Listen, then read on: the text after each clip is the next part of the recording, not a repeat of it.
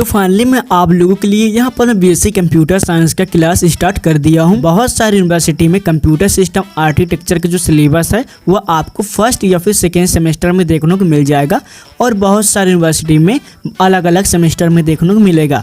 लेकिन आपके जो एनईपी सिलेबस है उसके अकॉर्डिंग ही पूरा चैप्टर होने वाला है। एंड अगर आप में से बहुत लोग इंग्लिश मीडियम वाले इस वीडियो को देख रहे हैं तो लास्ट में यहाँ पास मैं एक क्लिप लगा दूंगा जिसमें आप लोग नोट्स बना सकते हैं। तो आपका जो कंप्यूटर सिस्टम आर्किटेक्चर है उसके अंदर हमें नंबर सिस्टम या फिर रिप्रेजेंटेशन पढ़ने को मिलेगा, जिसके अंदर हमें बहुत सारे टॉपिक देखने को मिलेंगे। जैसे कि आपके आता है डाटा टाइप्स, दूसरा आपके आता है नंबर सिस्टम, तीसरा आपके आता है नंबर सिस्टम कन्वर्जन एंड उसके बाद फिर आपके आता है बाइनरी अर्थमेटिक, फिर यहाँ पास आपके आता है इंटीजर या फिर आप लोग कह सकते हैं फ्लोटिंग पॉइंट रिप्रेजेंटेशन एंड उसके बाद फिर आपके आता है ओवरफ्लो, फिर उसके बाद फिर आपके आता है अंडरफ्लो। आपको बता दूं कि आपके सिलेबस में ही ये सब टॉपिक हैं। आज हम लोग यहाँ पर देखेंगे डाटा टाइप के बारे में, लेकिन ऐसे स्टूडेंट जो कि अभी भी कंफ्यूज है तो यहाँ पर चलिए यहाँ पर मैं बता दूं कि आपकी जो सिलेबस है उसके अंदर फंडामेंटल ऑफ डिजिटल इलेक्ट्रॉनिक होगा।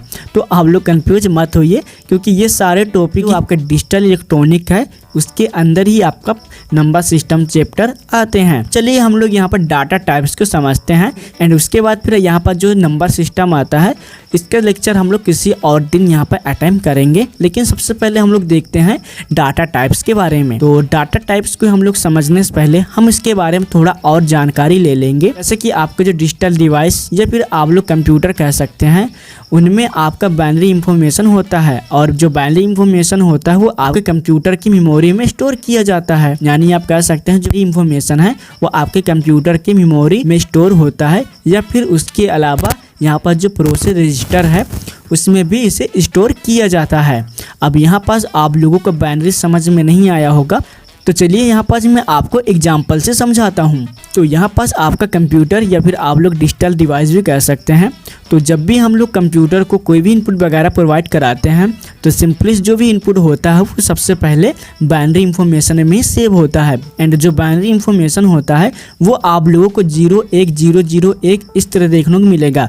यानी कि वो जो बाइनरी इंफॉर्मेशन है वो आपका 01 ही रहता है।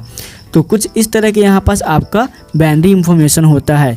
एंड जो बाइनरी इंफॉर्मेशन होते हैं वो आपके कंप्यूटर के स्टोरेज में यहाँ पर सेव किया जाता है। एंड आपको इस कंसेप्ट को समझाने के लिए यहाँ पास मैं एसटीडी कार्ड का यूज किया हूँ ताकि आप लोग इस कंसेप्ट को अच्छी तरीके से समझ ले, आपको यहाँ पर रटना ना पड़े। यानी आप कह सकते हैं जो कंप्यूटर है कंप्यूटर में बाइनरी इंफॉर्मेशन को स्टोर किया जाता है एंड जो बाइनरी इंफॉर्मेशन जो स्टोर किया जाता है वो आपका कंप्यूटर की जो मेमोरी है उसमें स्टोर किया जाता है। अब चलिए थोड़ा हम लोग और टॉपिक को आगे समझते हैं। एंड जो रजिस्टर होते हैं जिसके अंदर हमारा बाइनरी इंफॉर्मेशन सेव होता है उसमें ही आप लोगों को डाटा और यहाँ पास कंट्रोल जानकारी देखने को मिल जाएगा। यानी कि आप कह सकते हैं रजिस्टर होता है उसके अंदर ही आप लोगों को डाटा और कंट्रोल इंफॉर्मेशन देखने को मिलेगा। एंड जो यहाँ पर कंट्रोल इंफॉर्मेशन होता है मैं आपको थोड़ा सा बता दूं कि अगर आप लोग पहले से ही मेरा कंप्यूटर साइंस का वीडियो देख चुके होंगे तो वहाँ पास मैं अच्छी तरीके से बता चुका हूँ कि जो आपका डाटा होता है वो आपके कोई भी फॉर्म में हो सकते हैं, चाहे आपका MP3 हो, चाहे आपका नाम हो, पता हो या फिर कुछ भी चीज़ हो, वो आपका एक प्रकार का डाटा होता है। तो जो हमारे रजिस्टर होते हैं उसके अंदर हमें डाटा देखने को मिल जाएंगे एंड उसके अंदर हमें कंट्रोल जानकारी देखने को मिल जाएगा, यानी कि कंट्रोल इन्फॉर्मेशन देखने को मिल जाएगा। एंड जो कंट्रोल इन्फॉर्मेशन होता है वो हमारा B2 का ग्रुप होता है जिसका प्रयोग करके हम लोग कमांड सिग्नल होते हैं हम उनके सीक्वेंस के बारे में बता सकते हैं। सिग्नलों के जो सीक्वेंस होते हैं यानी कि जो क्रम होता है हम एक के बाद एक जो स्थिति आती जाती है उसके बारे में बताने के लिए हम लोग इसका उपयोग करते हैं। डाटा को ट्रांसफ़र करने के लिए, मैनिपुलेशन करने के लिए या फिर कह सकते हैं डाटा को इधर से उधर भेजने के लिए भी यहाँ पर ज़रूरी होता है। एंड जो यहाँ पर डाटा होता है वो आप लोगों को जैसा पहले बताया था कि आपका यहाँ पर नंबर, नाम कुछ भी हो सकता है। तो यहाँ पास आप लोग पढ़ सकते हैं, ऐसा समझ सकते हैं कि जो आपका A होता है उसका भी यहाँ पर एक बाइनरी कोड होते हैं जो कि यहाँ पास मैं आगे आपको अच्छी तरीके से डिटेल से समझा दूंगा। अब चलिए हम लोग थोड़ा इसको एग्जाम्पल से समझ लेते हैं। जो आप लोगों का यहाँ पर प्रोसेस रजिस्टर आता है उसके अंदर आप लोगों को यहाँ पास डाटा देखने को मिलेगा एंड यहाँ पास आप लोगों को कंट्रोल इन्फॉर्मेशन देखने को मिल जाएंगी। एंड जो यहाँ पर कंट्रोल इन्फॉर्मेशन होता है वो आप लोगों का बीटू का ग्रुप होता है एंड जो बीटू ग्रुप होता है वो आपका 0101 होते हैं, यानी आप कह सकते हैं एक प्रकार के ये बाइनरी इन्फॉर्मेशन ही है जिसमें आप लोगों को 01 ही देखने को मिलेगा। इसके अलावा कोई भी शब्द इसमें देखने को नहीं मिलता, जो कि यहाँ पर पहले बता चुका हूँ कि आपके जो बाइनरी इन्फॉर्मेशन होते हैं वो केवल 0101 ही होते हैं, उसके अलावा यहाँ पर कुछ भी सेव नहीं होता। टॉपिक को थोड़ा और डिटेल से हम लोग समझने की कोशिश करेंगे कि जब हम लोग कोई भी कंप्यूटर में कीबोर्ड के द्वारा कोई भी इनपुट हम लोग यहाँ पर प्रोवाइड कराते हैं तो डायरेक्ट हमें यहाँ पर जो मॉनिटर है उसमें नहीं दिखाता।